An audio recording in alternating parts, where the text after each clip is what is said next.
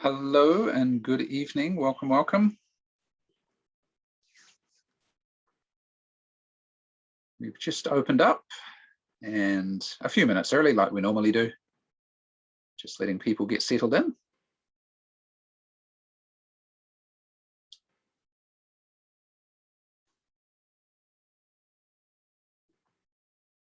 So hi everyone who's just joining.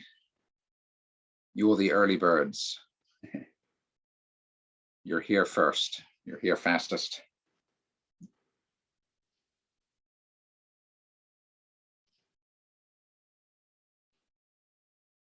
So it's evening for me here. It's about 10 minutes to 7 or 6:50 p.m. I think for most of you it's similar, although I recognize a few names from Thailand and Vietnam, different time zones. Hey there, Sandria. Interesting name, Sandria Santos. Very nice. Nice to meet you.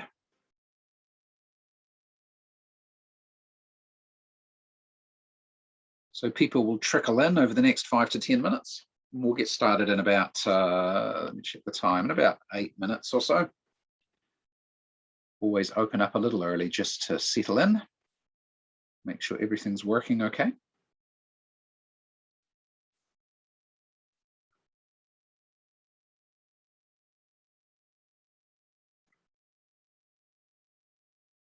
Hi, Marie. So where is everybody at today? I'm sitting in Taipei, which is where I live, Taipei City in Taiwan. Where's everyone else at? Salasdi from Thailand, yep. Very nice, Ruby, nice to meet you too. Some names I recognize, I can remember where some of you are from.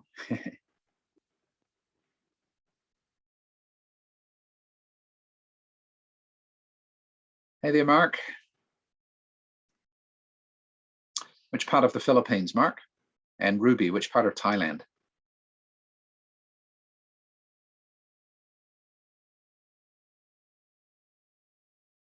Bohol, okay, I don't know Bohol. Phuket, okay, Ruby, nice. I was gonna say Bangkok or somewhere. Oscar, nice to see you from Turkey, welcome. It must be the morning for you there at the moment. Morning or maybe around lunchtime, perhaps. I'm not so good at, yep, okay, I'm not so good on my time zones, but I, I know it'll be something like that. Nice to see you today.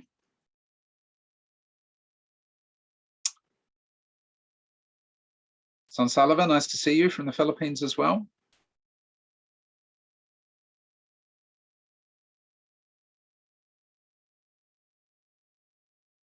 And Shirley from the Philippines too, Shirley Ann. Nice, we've got more people trickling in now.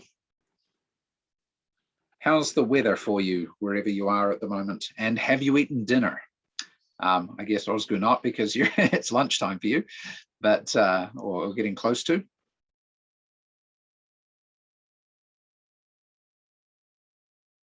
I haven't had dinner yet. I'll wait till after the webinar and then I'll eat dinner. Eternally hot in Thailand. Okay. Eternally hot and alternately wet, I guess, right? Depending on, is it raining or not raining? But always kind of humid, I assume. Rainy season in the Philippines, yep, okay.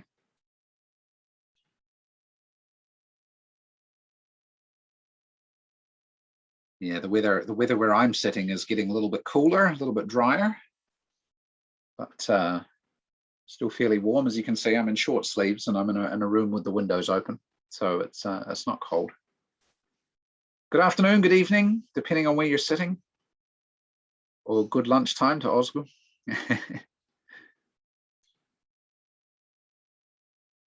Cold and cloudy in Istanbul, okay. Very nice. I've never been to Europe, so I've never had the chance to go to Turkey or anywhere else in Europe yet. One day, perhaps. South Vietnam, nice. Welcome, welcome. Hi, Mayan. Hi, Hien Quang. I'm probably pronouncing that horribly. Hi, Mayan. Welcome back from Japan. Getting colder and colder in Japan. Yeah. Yep. Alabeth again. Alabeth, weren't you here this morning? It's the same session as this morning, Alabeth. I think you were here this morning, weren't you?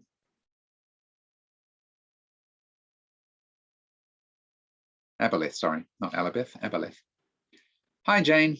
Which part of China, Jane? China's huge. Which part are you from? I've traveled to lots of pieces of China. But which part are you in? Fenia, hello from Greece. Oh, Zhejiang. Okay, are you in Hangzhou or somewhere like that? Hangzhou or Ningbo or oh, Shaoxing. Okay, radio. Cool. Yeah, I used to live in Shanghai, so I know some of the area. Ah, Lushan. Okay, nice. Yeah, getting colder in Osaka, says Alice. Yep, that's the way it is, right? Getting colder in different parts of the Northern Hemisphere at the moment. I'm originally from New Zealand, which in part explains my accent, but for my parents, they're going into summer down there. So as we're approaching the Christmas season in New Zealand, that means everybody gets ready for barbecues. A little bit different. Hi, Uni from Jakarta. Nice to see you too. So we got about 2 or 3 minutes and then we'll get started with the housekeeping and things. But nice to see you all. And we're taking a look at a lesson about money today. So we'll see what you all think about your attitudes to money, what you think about money. And perhaps near the end, I can share a little bit about banking, which might be interesting for some of you. Nothing to do with the topic of the lesson today, but you might be interested nevertheless.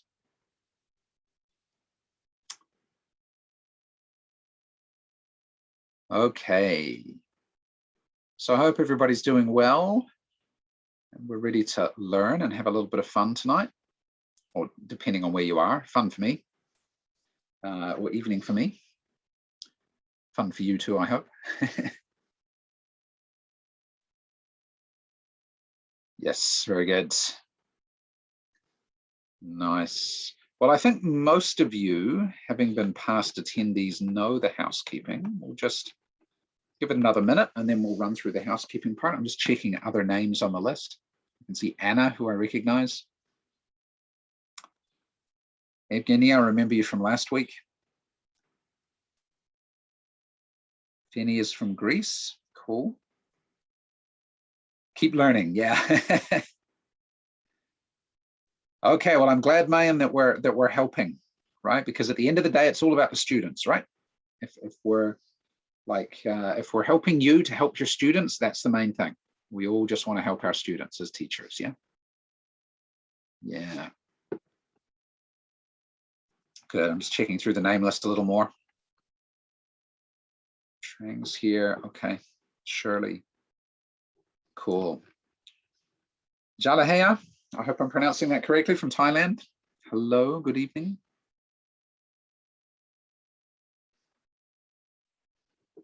We all just keep learning together, right? That's the purpose. Good one. Okay, well, let me go through the housekeeping really quickly. So welcome everybody. So everybody's done it already, I think. I don't think I noticed anyone else. Trang, you just brought up the example for me. Great. So if we can make sure we change our chat options just above where you type, and either change it to everyone or to all panelists and attendees, depends on which version of Zoom you're using. And you just use the little drop-down box to do that, okay? So Trang, you're an example of someone, because at the moment, no one knows why I'm talking about Trang, because only I can see Trang's message, because Trang is still using the first of the two options, okay? And we have the Q&A button, which is the best way in the menu there to ask me a question, because I'm just here by myself tonight. My workmates are not joining me, my colleagues. And to keep track of the questions, it's best if you use the Q&A box. If you use the chat box, it will disappear really quickly, right? But if you use the Q&A box, I'll try and answer them at the end of the session tonight. Okay, great. So yeah, just a little about myself for those of you who don't know me. I think there's a few people here who are new. So yeah, my name is Andrew. I'm a senior academic consultant and a teacher trainer for National Geographic Learning. And I've been working in this industry for about 20 years, actually longer than 20 years, long time now. A lot in Asia, but also some in New Zealand, which is where I'm from. But to find out a little bit about you, let me open up our typical poll that we usually ask. Which segments or which types of students do you teach? You can choose more than one option. So just select the boxes as appropriate. I'm just curious, once again, who's here this evening? Because tonight we're looking at a program that's usually used with adults. And so I'm curious how I can adapt the session a little bit to meet the needs of other teachers, perhaps. Okay. Amir from Bosnia and Herzegovina, nice to meet you. And Mark, hello. Pleasure to have you here, Amir. Nice to see you. Okay, so we've had a bit more than half of people answer the poll, so let's just share the results real quick so we can see a lot of us teaching teens and some young learners as well. And about a quarter of us, I guess, teaching university students or adults. So this program tonight that we're going to be looking at is a little bit more of an adult program. World Link, 4th edition, you know it's got to be good. It's up to the 4th edition. And this one is an adults English program. It's usually taught at universities or with adult English classes. And the main purpose of this program is to get students to learn to communicate confidently, right? So the program is really built around a lot of practice in terms of different content topics and letting the students understand the vocabulary and grammar and just the kind of the common everyday phrases as well that are used to communicate. And using lots of different models in video and from the teachers and from other students to help us get better at communicating about daily topics, things we want to talk about in our lives and in our regular world. Okay, so on that note, what we're going to do is we're going to get into the lesson today. And it's money, money, money, as you will know, I believe. So I'm going to switch my screen, go to the classroom presentation tool, the digital tool that we use for presenting most of our programs. And tonight we're going to start out with a video. We're going to take a look at this warm-up video to begin with. Now, because if you're on an internet connection that's not so strong, maybe the video will be a little jerky, but that's okay. Just listen to what it's saying and take it in that way. But I'm only going to play about 30 seconds of the video. So let's take a look. China has so much diversity in its languages and people, but there are traditions that bring the population together as one distinct Chinese culture. Chinese New Year, also known as Lunar New Year, is one such event, as is one of the favorite parts of this holiday, the red envelopes. Red envelopes containing money are gifts exchanged at Chinese New Year, as well as other events like birthdays and weddings. Let's take a look at some of the do's and don'ts for this long-standing tradition. Okay, so we're talking about red envelopes. Who has received a red envelope or the equivalent in a different country? Because I know, for example, in Japan, you don't use red ones, right? I think a couple of people might confirm that for me, but who's received or given a red envelope before at a maybe some sort of holiday, or as they said, a wedding or a birthday? In the chat box, let me know. Red envelopes, have you used them before? Jesse says yes. In Japan, it varies. Yep. Yep. What colors in Japan, Mayan? What sorts of different colors do you use? Do you use white? Jane has, yeah, well, you're Jane, you're in Zhejiang, yeah, so that makes sense. White, no, okay, yeah, cool. Alice loves red envelopes, I think. Yeah, they have cute designs for children sometimes as well. That's cool, right? Lots of different things. Nice. Okay. So when did you get them, or when did you send them, right? When did you give the red envelopes, right? So for me, because I live in a Chinese language speaking country with a lot of Chinese people here, Chinese traditions are here. And so we do them at the Lunar New Year. We also do them at weddings. We don't usually do them at birthdays, usually just at weddings. But I know in other parts of Asia, so not just China, but also Singapore and also Malaysia. My brother-in-law is from Malaysia, and they do red envelopes there as well. And Philippines, I believe you do them as well. Vietnam, yep, and for Tet, right? You will do them at Tet, yep. Cool. So you've been getting these for a while. Jesse, are you giving away your age? You're receiving these red packets for over 22 years. Okay, nice. Yeah, so I think wherever people go where there is a strong Chinese influence in a local community, then red envelopes will be often used, right? In fact, as I said, I'm from New Zealand, but my wife is born in Asia, born in Taipei. And at our wedding banquet, which was actually held in New Zealand, we got married in New Zealand, we told people the tradition in most Western countries is to give wedding gifts, right? Wedding presents, they're objects usually, right? But we said to people, don't worry about that because we're moving to Asia. We said, don't give us things. Here's this idea called a red envelope, right? And what you do is you basically just put money in and you give us money. And some people were saying, well, how much should we put in? And it's like, well, just think, what would you normally have spent on a gift for a wedding? And just do that. That's fine, right? And so what we did is we did that and introduced that idea to all of our friends and family. And for them, that was something new because I'm originally from a fairly, I don't know, Caucasian conservative part of New Zealand, I would guess. So not a lot of people had experienced that kind of tradition before. So that was nice to share with them many years ago. As you can tell, I'm not so young. But yeah, what about, so what's in the video, they mentioned something right at the end, right? They mentioned something about, let's learn about, what was the thing they said at the end of the video? Do you remember? Let's learn about, does anyone remember what they said? Maybe the chat box is running slow today. So they said, let's learn about the do's and don'ts of this long-standing tradition. Mark, you got the long-standing tradition part. Well done, right? So they said, let's learn about the do's and the don'ts. So I think because a lot of us here, yeah, there we go. So a lot of us living in Asia, right? I think we know a lot of the do's and don'ts. So in the chat box, what are some of the things you should do with red envelopes and some things you should not do when it comes to red envelopes? Yeah. Ah, Susan, nice. Ampal. Cool. Okay, so so-and-so says we receive with two hands, we give with two hands, generally speaking as well, right? So giving and receiving using two hands, not just one, right?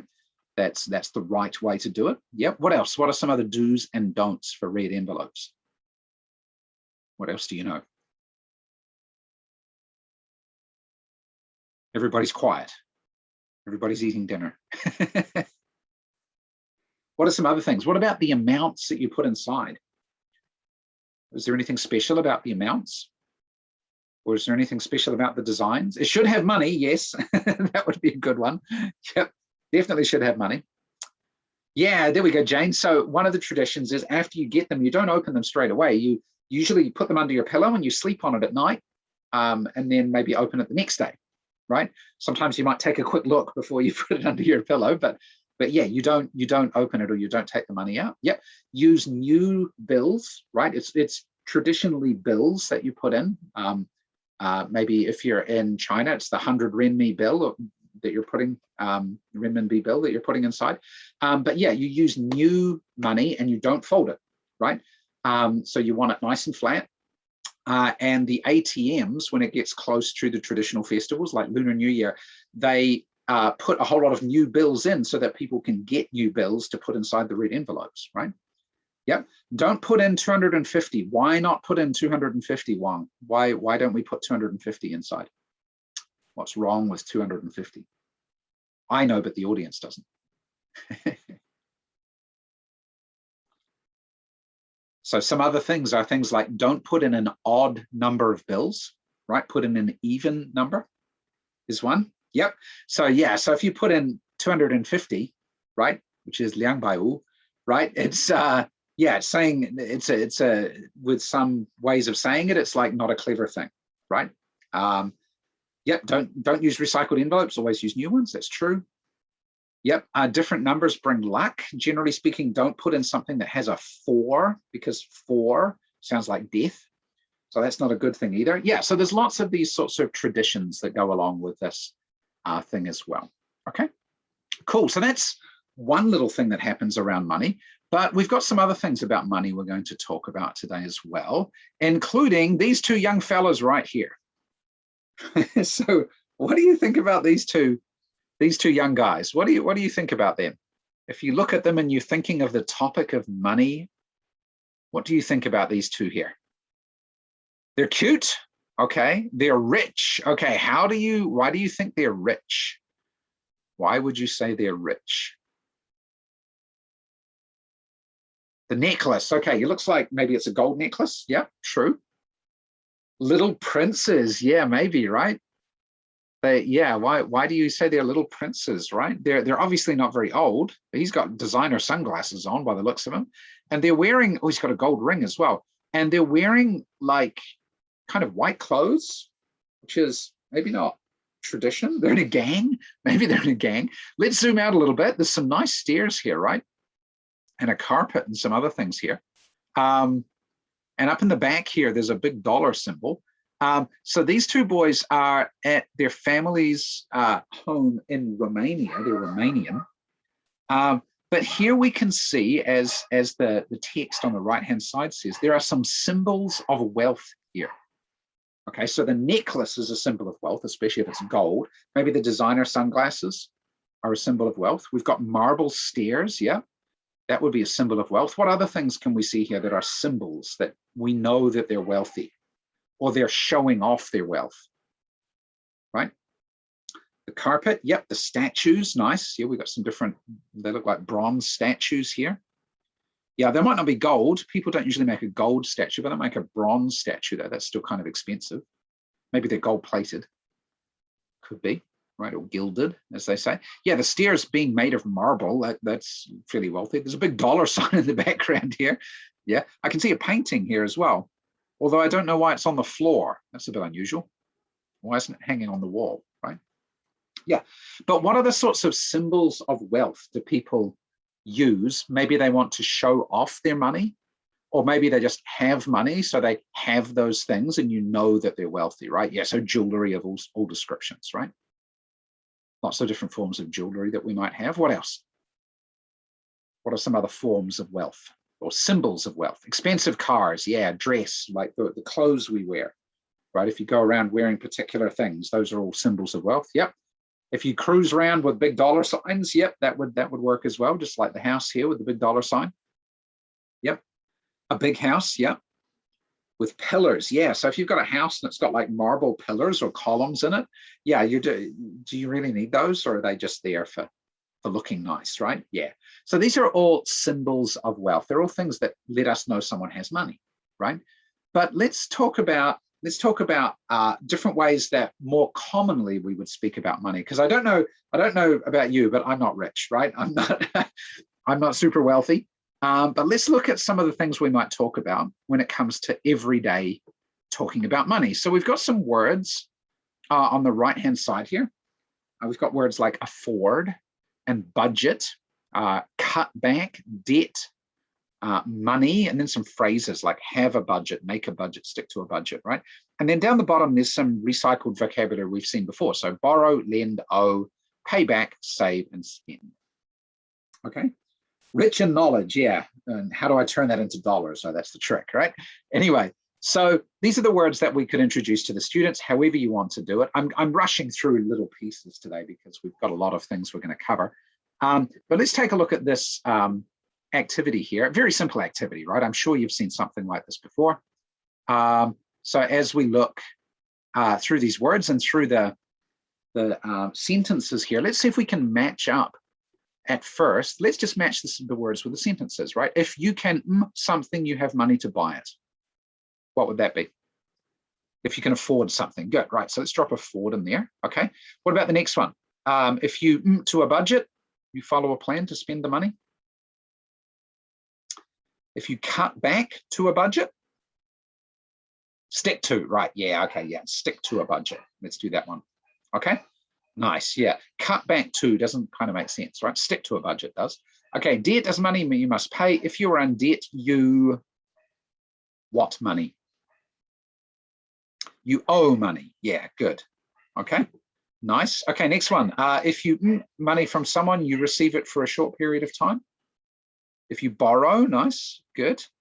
Okay, we got 3 more left here. So the next one, if you money to someone, you give it to them for a short time. So lend, yep. And then the last 2, if you money, you return the money you owe. And then if you something, you have less, right? So if you pay back money, yeah, and then if you cut back, right? And so we can check all those, and yes, we're good on those, right? So that's a fairly easy activity to start with. But now that we've done those sentences, if I jump back to the main screen here, I'd usually say to my students, okay, let's make some other sentences that use these words, okay? So let's, in the chat box, let's just make a couple of examples really quickly. What's some ways we could use things like maybe make a budget, or be in debt, or pay back, or cut back? What are some different sentences that we could make of our own with those things? What could we do? In the chat box, what have you got? So maybe I can say, I cut back on my spending because I was saving for something big, right? Maybe I could make a sentence like that, okay? So what kind of sentence could you make? The other one you can do is you can ask students to try and put 2 of these words in the same sentence. So for example, I used cut back and save in the same sentence, right? So what sentences have we got? Come on, don't be shy. I think the chat box is running a little slow today, although I don't know why. Any sentences?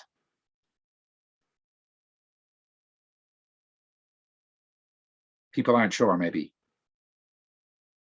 So I could say, for example, I made a budget to control my spending. Okay. I borrowed money, so now I have to pay it back.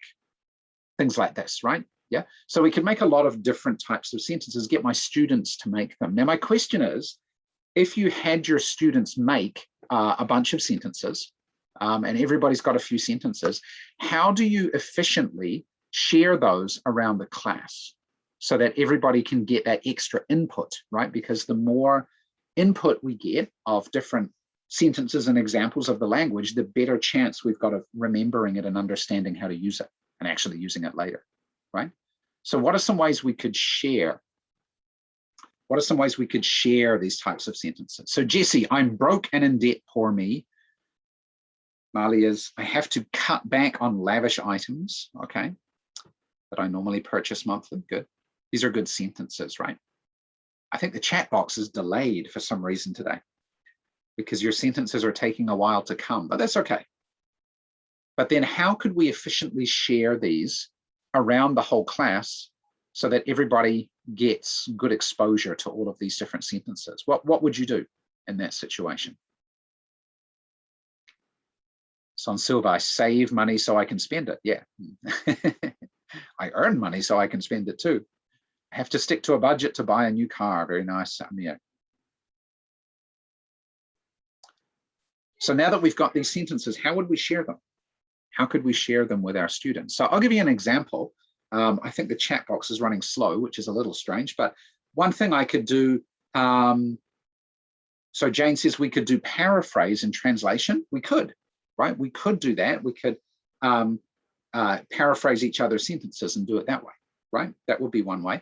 One way I like to do it is if all my students have got sentences, I will usually say to them, okay, everybody basically go find a partner, right? And share one of your sentences and they can share one of their sentences, right? And then because usually we've written them down, what I would then say is I would say, okay, now swap. So you get my sentences, I get yours. And then I can go around and share one of the ones I now have with another person, but I'm not just using my one, I'm now using somebody else's one, right? And this is a way that I can get lots and lots of people exposed to lots and lots of sentences in a relatively short time. In 2 minutes, maybe everybody kind of exchanged 5 or 6 or 7 sentences and they've seen lots of different examples of the vocabulary being used, okay? Yeah, so we could use flashcards, right? Written words and sentences and share them in pairs. True, we could do a pair share. We could do lots of different things, right? But just think about how do you give your students lots of input and chances to practice using all of these different inputs. That's always a nice way to think about how to deal with vocabulary and sentences and other things like that. Okay, right, now down below, this is where we start getting into more of the communication aspect of this lesson. Now that we've talked about some of the vocab, first we want to figure out what people think about some of these different things. Okay, so here we've got 4 sets of statements. One's about a budget, one's about saving, one's about spending, and one's about borrowing, right? And what I want you to do, normally in your book you would circle, but I want to kind of gather the group here. So I'm going to open up another poll. So let me get the next poll and launch this one. So on this poll, just choose either A, B, or C for each of the questions, each of the statements, sorry. Okay. So if you don't have a budget, but you want one, then you would tick B for the first one and so on. Okay. So if you can just do the poll on the screen quickly so that you can, so that we can get the answers from everybody here. Got a few coming in. Very nice. Cool. We'll give you 30 seconds or so to do that.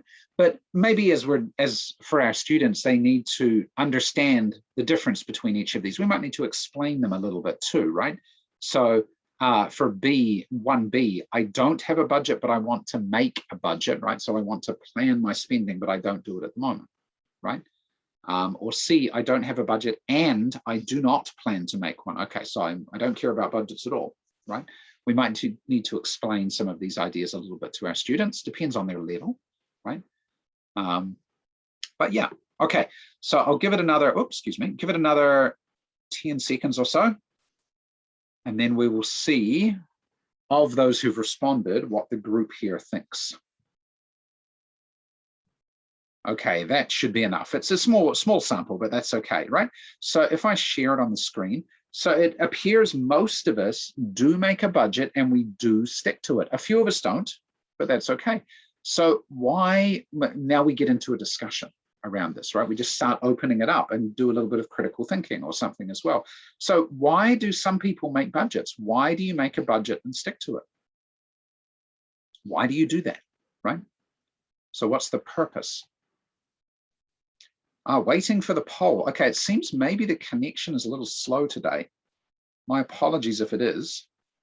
Okay, so Anna says to save cash, right? Yeah, which kind of leads into the second one. So maybe we would just jump straight to the second one. And it says, well, on the second poll question, half of us always try and save as much money as we can. And the other half of us want to save money, but they also like to spend it. So maybe they don't save so much. But why do we save? So some people are saying to secure our finances. So in the future, we've got something set aside, right? In case we run into money problems or we need extra money, save money for a rainy day. That's a good saying, right? Save money for something more valuable, right? You're saving up for a bigger purchase, could be, right? Yeah. So for example, I saved up last year to buy a new computer, right? Okay, so here's another good phrase. Trang is saying, I want to live within my means. Okay, that's a phrase that most of our students might not know, but you know, you don't want to go into debt. You want to make sure you've always got enough money to look after your expenses, right? Nice. Okay, now, third question. It appears a lot of us don't like debt or are trying to cut back, but sometimes we spend, sometimes we borrow. Okay, how do we feel? Why do we feel, some of us feel that they hate to owe money, they hate to be in debt? Why is that? Why don't we like debt? So what are some of the reasons or the experiences that you might have had that mean that you don't like debt? Can anyone share? So for me, I've run out of money only once in my life. It was when I was much younger. And I never really want to repeat that experience again of being able to looking and going, man, I don't have money. I can't buy food at the moment. It was a bad experience, right? I don't want to be in that place, right? Yeah. Yeah, it steals your peace, right? You don't feel calm and at ease if you're maybe in debt and owe too much money. Yeah. know your needs from your wants, Lenita. Yeah, that's really important, I think, right? For some people, they have too many needs, and actually they're not all needs, right? Yeah, definitely it affects your emotions. You don't feel good, okay? And then D, almost all of us are saying either don't borrow money from friends, or if you do, pay it back quickly. Yeah. Right. So Jane, yeah, I think I had a similar experience to you. Yeah. Can't buy the things we want. We feel terrible, right? But what about borrowing money? All of us feel somewhat reluctant, or maybe we just don't want to borrow money from friends. Or if we do, we pay it back quickly. What problems can arise from borrowing money from friends? What problems can come up there? And again, we're getting into discussion about it, right? Or have you ever loaned money to a friend and it's never been paid back? Right? And what does that do? Right? I've had that experience, right? I've loaned money to people and it's never been paid back. And obviously it changes how I feel about them, right? So yeah, it does harm to the friendship. Yeah, exactly. So lots of different reasons, strain on the relationship, good phrase, right? Yeah, lots of different reasons that we would want to choose certain ideas out of here, but it's interesting that not everybody will feel the same way. And this can encourage some discussion between classmates. We just want to make sure that the discussion is reasonable and that we're listening and that we're not arguing, right? We want to have open ears and open mind to listen to other people and see what they think, right? Yeah, nice. Okay, so let's look on. So this first section, really, there's a lot of speaking going on in this first section. Second section here is more listening, right? And at the top here, we've got a picture. It says a family living they're in Singapore, they eat together around the world. Having enough money to feed the family and afford basic needs can be a source of stress, right? So this family seems okay. I think to me, it looks like they might be at a restaurant, but they're eating well by the looks of it, right?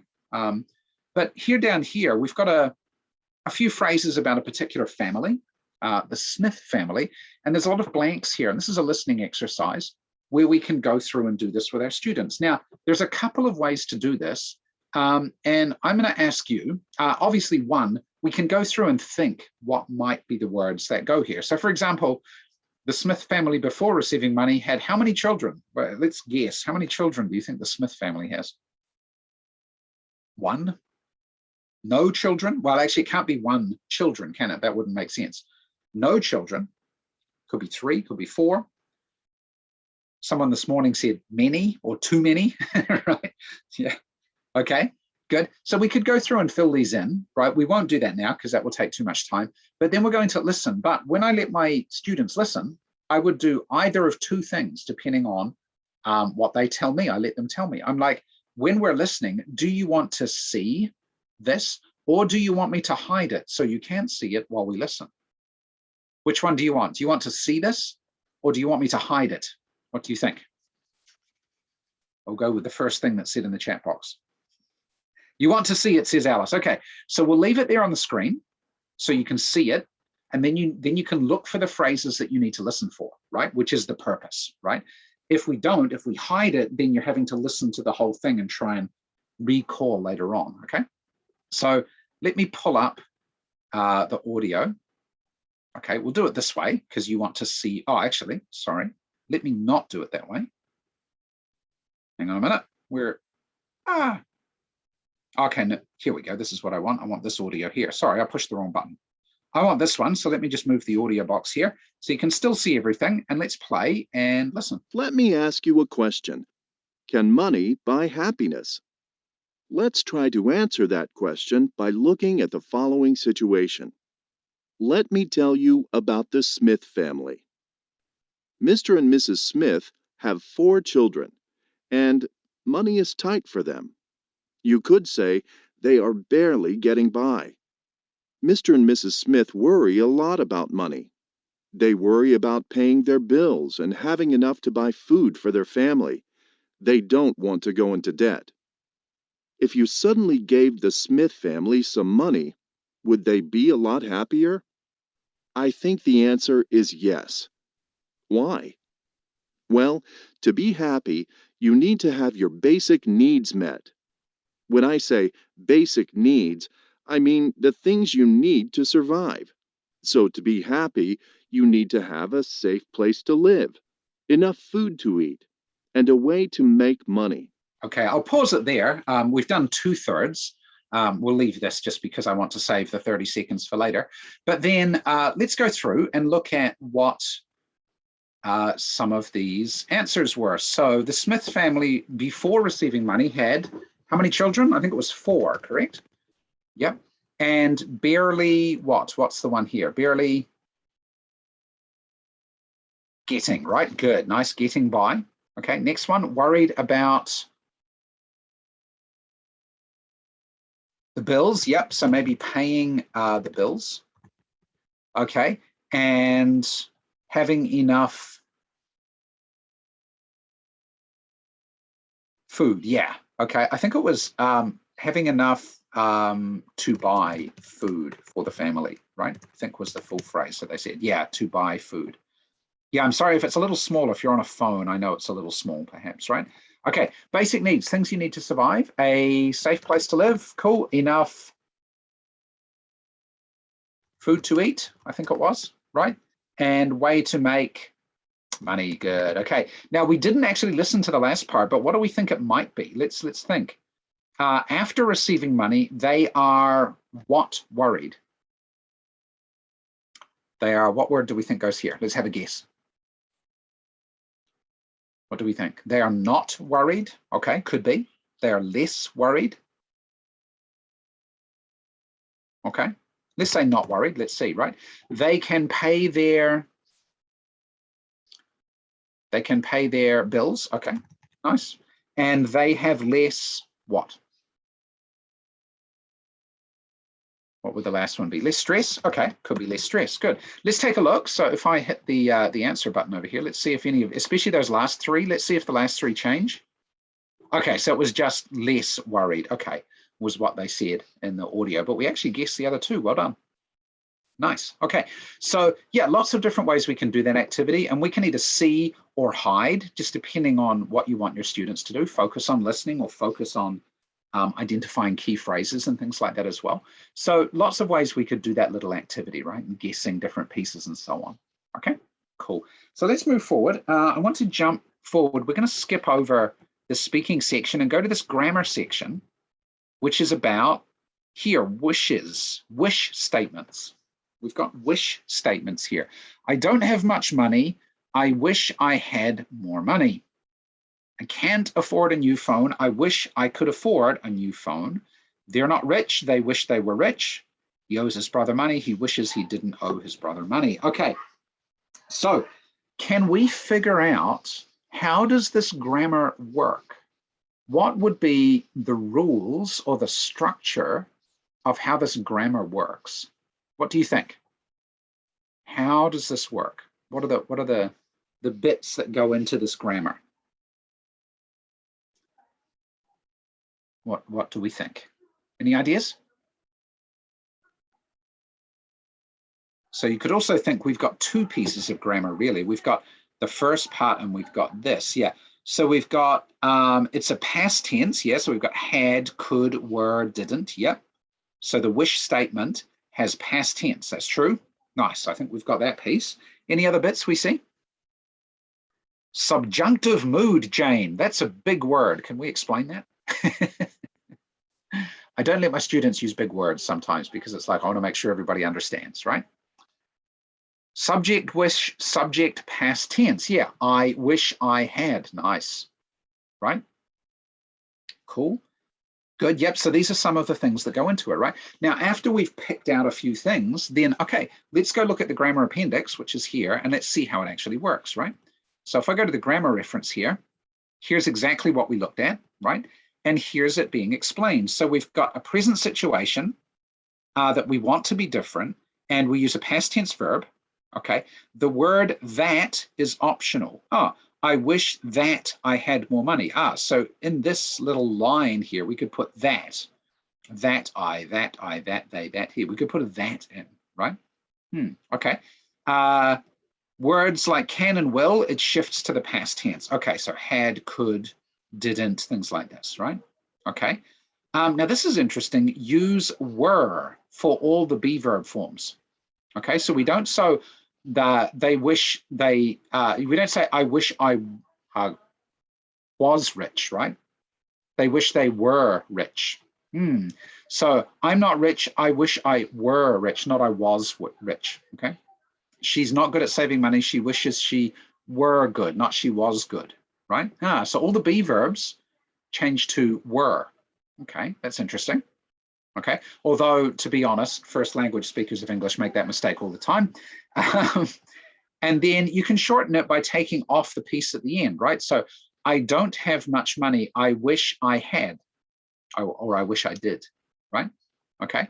I can't afford a new phone. I wish I could afford a new phone, right? So we can take off the end of the statement as well. Okay. Interesting, right? Okay. Now there's one little activity over here that is kind of fun. There's actually a little a joke, a story about Dumb Dave and a genie and wishes, which we'll skip over. But imagine a genie gave you wishes. What would you wish for? Let's see if we can make some wish statements based on the example over here. So we're a genie. We've got a genie in a lamp. We've rubbed it. We've got our wishes. How could we make a wish statement that we would ask the genie? So I could say, right now, I'm in Taipei. I wish I were in New Zealand with my family because I'd like to have a holiday there, right? And that could be my wish statement, right? I wish I could go on holiday, right? So what sort of wish statements could we say? I wish I could speak 3 languages is one. Nice. Yep, that's a nice wish statement. I wish I could, right? Past tense, nice. Any more? I don't have money. I wish I could buy a car. Nice. Nice, Sansalva. I don't have enough money. I wish I could have the newest MacBook Pro, says Jesse. Very nice. I wish I could have a house of books. Nice. I wish I could travel all around the world, says Marla. Nice. So good wish statements, right? Nice and simple, but giving the students a chance to express their own desires in wish statements and practicing that grammar. I wish I had 25 hours in the day. I am so busy. Nice. Yeah. So there you can see, you could do that 2 ways. You could say, I am so busy. I wish I had 25 hours in the day. Or you can say it the other way. I wish I had 25 hours in the day because I am so busy. Yeah. Cool. Good. So lots of different ways we can use those wish statements, right? And we can get our students to practice those. But let's jump back. And in the grammar section here, you can see there's more examples. There's other exercises to practice, right? To go along with practicing using wish statements. Okay, but right now we're going to jump ahead a little bit. Before we go into section B, because the unit is usually broken up into 2 sections. So section A is kind of one idea about money, which was about having it, spending it, things like that. The second one is about striking it rich, right? Ways we can make a lot of money and what would we do with it if we had it, right? Now, to start this one out, actually, I want to jump ahead and we're going to look at a video to start with. We're not going to watch the whole video. I'm only going to watch half of it. But I like these videos because they give us examples of people like the students themselves talking about some of these things, using the grammar, using the vocabulary, talking about the ideas, okay? And we're going to see, I think, 4 or maybe 5 people. 4, I think, and each of them, they were born in one place, but they're actually living somewhere else, okay? So let's see, how do they pay for things where they live? So I'm from Ecuador, but now I live in Toronto, Canada. And one thing that is very different here is the amount of contactless payments that you make. In Ecuador, we use a lot of cash, but here everything is electronic. You almost don't even have to touch things in order to pay. I still use some cash though when I pay for coffee in the morning or maybe laundry machines. I'm from Venezuela, but now I live in Ecuador. In Venezuela, we pay for things with the Bolivar, but here in Ecuador, we use the American dollar. That's so funny, right? We got WeChat and Alipay to use, so that is very convenient with our internet, in our life. So like when you go and you need to pay, just show them this. But yeah, so you can pay them. So Alipay also like the same, just show them this code. Yeah, and you can pay anyway. Even you go for buy some vegetable for this dinner. Yeah, and also it's very easy for us to do our shopping. Cash, I don't really use them. It's been a long time I didn't touch the cash. But credit card, yes, I use it. So for example, like I buy some tickets, buy some hotels, yeah, booking some rooms. My name is Mohammed. I'm from Egypt. I live in Shanghai. What like I like here. Everything's so convenient. You can use the transportation, use the kind of thing called Alipay or WeChat. You can use it to chat with your friend, to send for the money, to use it as like to pay. You don't have to like pay cash and keep the tips. I don't have a change, this kind of stuff.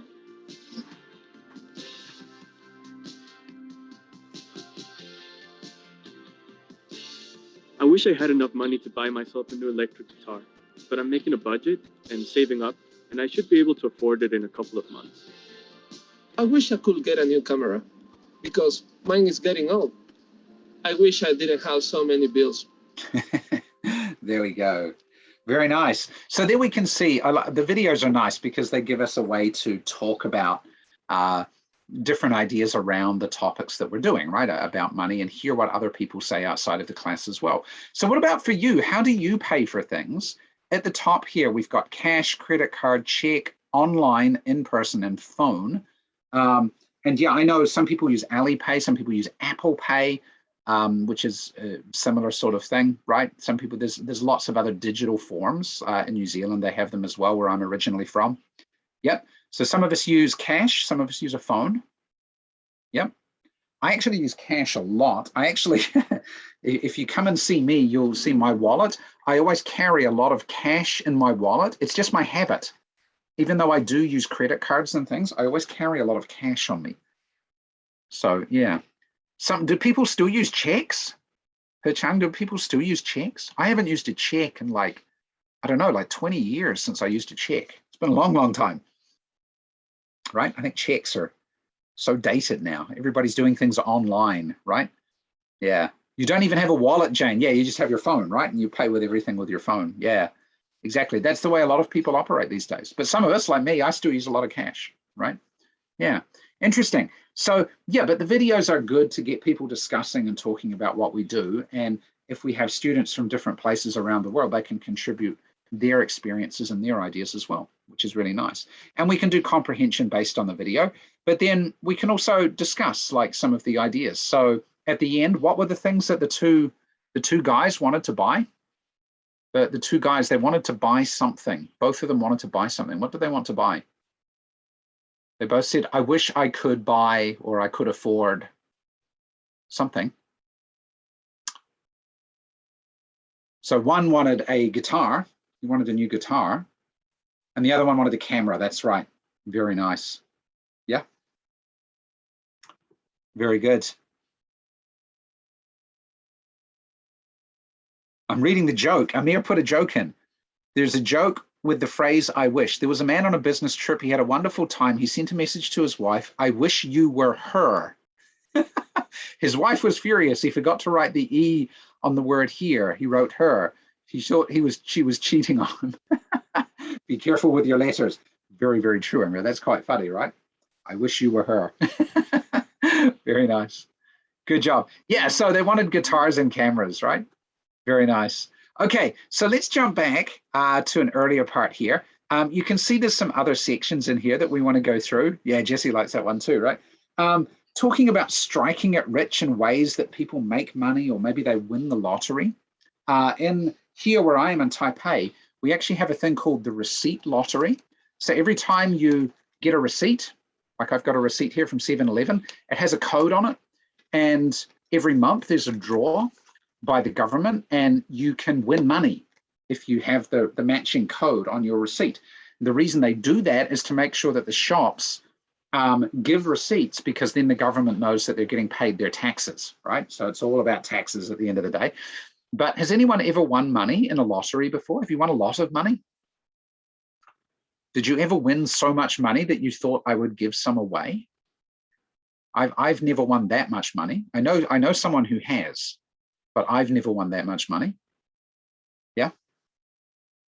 No, but anyway, so what we're going to do in this section is it's giving the idea of how do some people make some money, and then what would we do with it if we had that much money? That's in this whole multiple page section, right?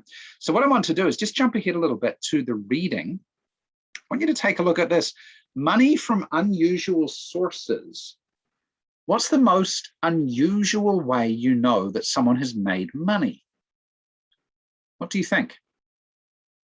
Because most people work in a job, right? Or they sell their services, right? Like I'm a teacher, maybe I go and tutor a student and I make some money that way. Or I work in a company. Or maybe someone owns a company, right? Winning a lottery, yeah. Gambling, yeah. Some people make money from gambling, right?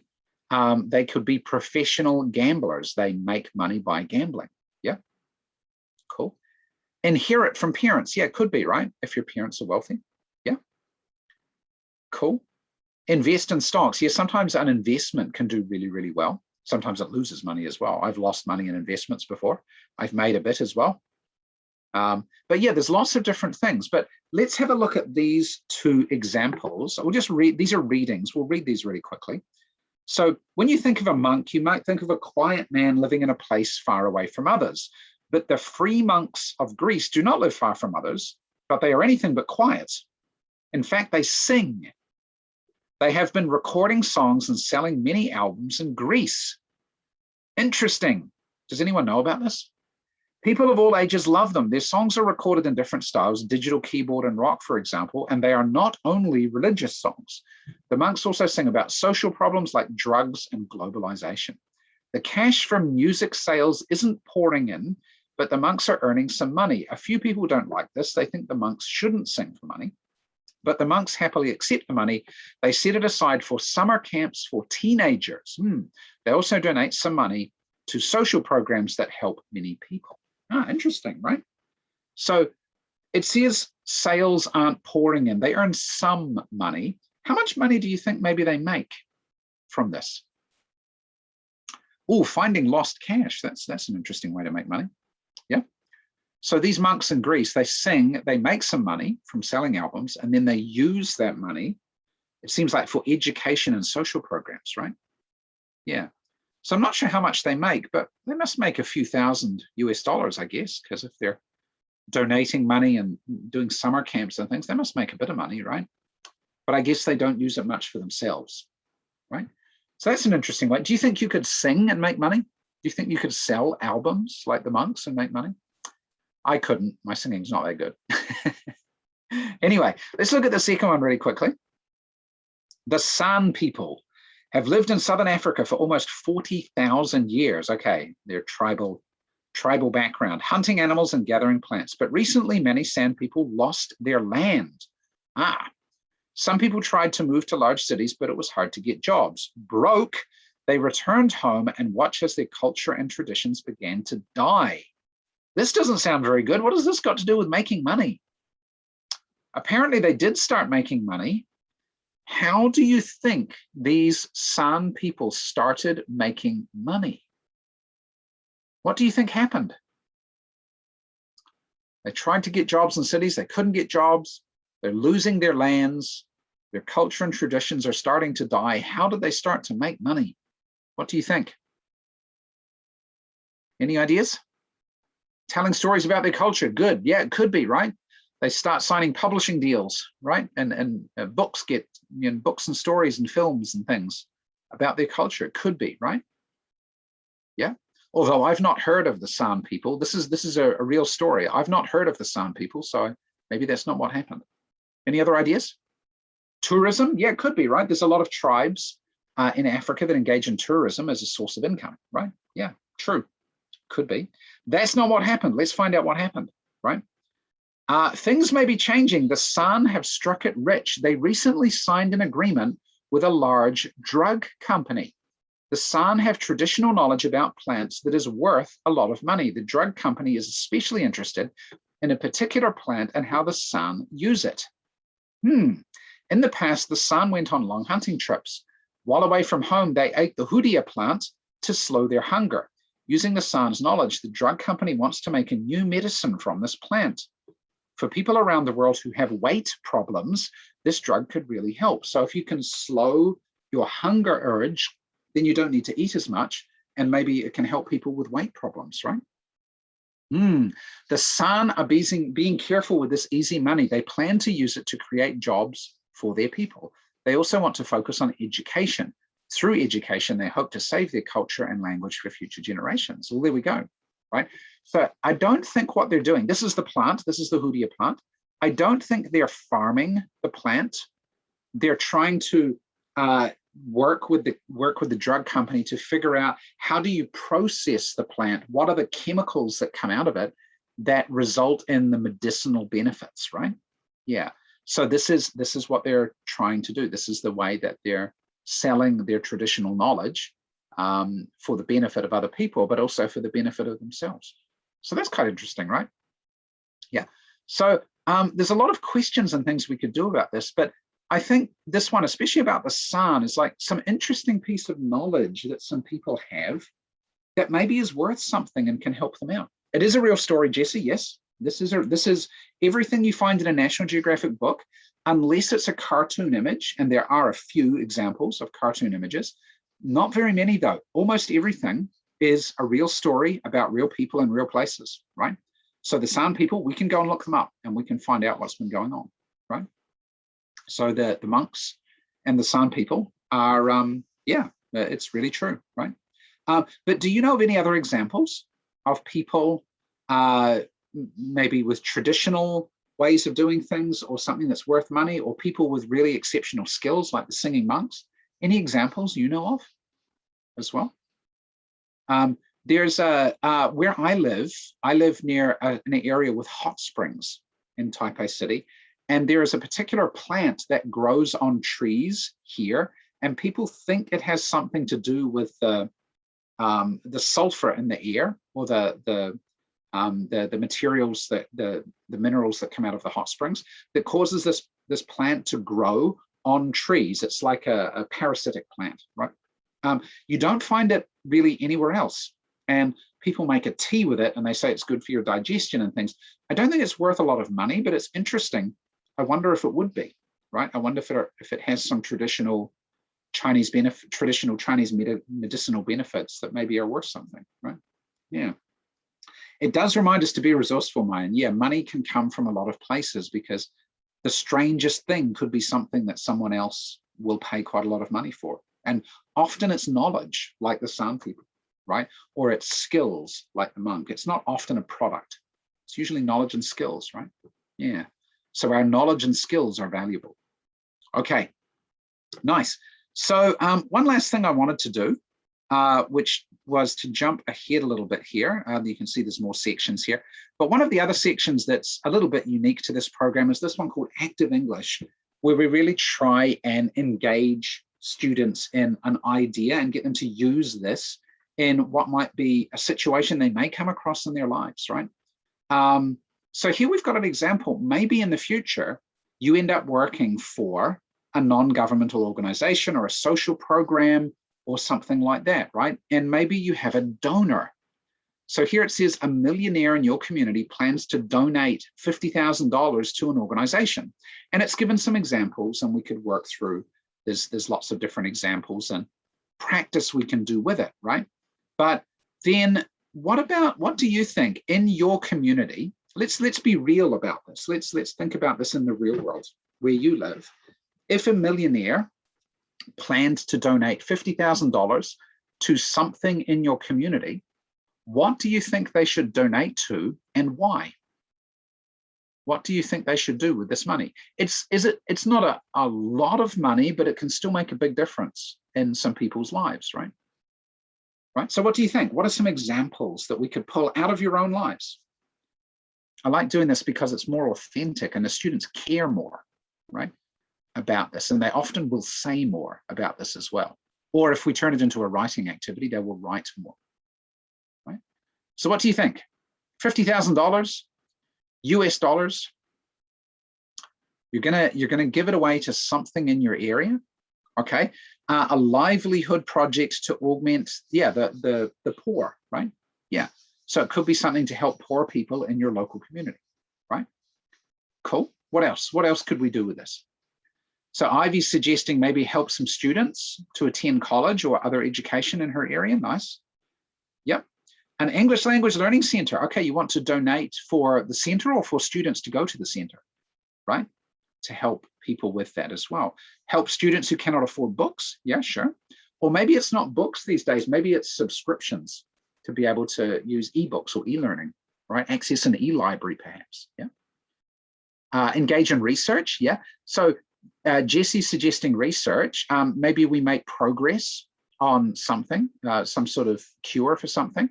$50,000 isn't a lot for research, but what could you do that would help research with $50,000?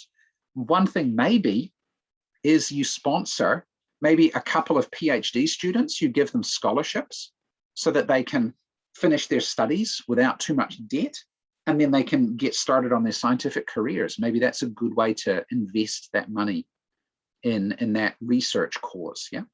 Yeah. Okay, medical services and free medicine, that would be a good one, Mechi. I like that one as well. Support for senior citizens, says Anna. Yeah, maybe again, that could be direct support. It could be giving them something for their homes, or it could be paying for caregivers to help look after them, right? Yeah, fund innovations, right? Yeah, like it could be startup money. Someone's wanting to do a startup with a new idea and you want to donate money to help them get started with their business idea, right? Or their social program or something like that. Lots of things we could do, but I think you can see if we make this real about the students' own experiences within their community, it will give them more to say, more to talk about, more to write about. And that would be a way to get them more engaged in the topic, and they're more likely to say things without really worrying about how they're using English. They'll just start talking, right? They will just start sharing their ideas. I often find that with my students. If I engage them enough in something that they care about, then they forget that they're speaking English and they don't mind making mistakes and things, and they just talk. And it's good practice for them, right? Same for writing and other things as well. Okay, good. So I hope that's given you a few ideas as well as a little bit of a tour through the material here. And you've seen some of the ways that you could use this kind of material from the WorldLink program, right? So if I jump back to here, let's just wrap up because I don't want to keep you too long, and maybe I'll share something extra at the end or answer some questions. But as is tradition from these, we will provide you with an email tomorrow with a recording link and a certificate. What I can do right now is I can actually give you the certificate link in the chat box. So if you want to get the certificate right now, there it is right there. You can download, you can go there to the exact same web page that I'm on, right, that I've linked there, and you can download it right now, but it will come to you tomorrow in an email as well, okay? So you've got that, and tomorrow you'll get the email with the recording link as well, okay? Also, we do have more webinars coming up. I want to highlight one in particular, but just before I do that, let me drop the link in so that you've got the link. I think a lot of you have this already, but if I jump to here, we've got Kitty on November 23rd next week. Okay, she's going to talk about a young learners program called Look, and Janine, she's going to talk about a kindergarten age program, a very young learner program. The one I really want to highlight is this one in the middle though. This gentleman, Joe Grabowski, right? Joe is a National Geographic explorer and he's a teacher, and he does some really amazing stuff where he gets authentic content of people doing their research jobs, being a scientist, being out in Africa or in the Arctic or wherever they might be, doing their research and exploring different things. And he makes this freely available for students around the world. Okay, he has live sessions where you get to listen to and kind of interact with some of these people, right? So definitely come and check out Joe's session. It's on December 2nd, so it's about 2 weeks away. Do come and see Joe. I've seen him speak. Really nice guy, really good teacher, and he's got some great stuff that he can share that I think you would appreciate and that you'll be able to use in your own classes with your own students, okay? So definitely come and see Joe's one, okay? And finally, I'll just drop a couple of more links in here. Today, I've been using a program called World Link. And the first link that I've just dropped in is the link to the program. You can go and check out the program a little bit more. But also the second link is a contact form. And again, I will send all of this to you tomorrow. But if you want to find out more about this program or anything else, or Joe's webinar or anything you want to know, just fill in the contact form and I'll help arrange someone to get in touch with you to talk more, who's someone local to where you live as well. Okay, great. So thanks very much. If some of you have to go, that's cool. If not, I'm happy to answer some questions for a little while. So there is a question. Oh no, there is a comment in the chat, in the question box.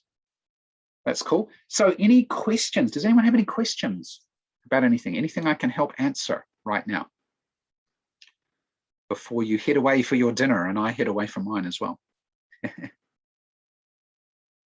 Thank you all. Hope you had a little bit of fun today and you learned something new. Definitely come back. December 2nd, Joe's webinar. Check that one out. It's going to be a good one, right? No questions? We're pretty happy? Everyone seems happy. Good.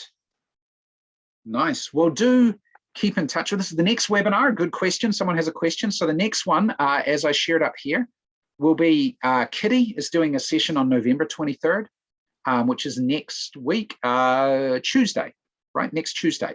And she's doing a young learners program called Look, and she's going to be talking about grammar mainly, teaching grammar for younger learners. How do we make it interesting, right? How do we make it practical without being just drilling and dull? Okay. So yeah, so have a look at that one. It should be a good session. Okay. Nice. So that's the next one, and then the other ones are in the weeks after. Okay. Very nice. So keep in touch with us. Use Facebook. If you're in China, you can catch us on WeChat as well. But yeah, enjoy the rest of your day, evening for most of you. Orzu, sorry, I've forgotten how to say his name. In Turkey, happy lunchtime, and anyone else in Europe the same, or the Middle East, and enjoy the rest of your day and happy teaching. We'll talk again soon. Thanks, everybody.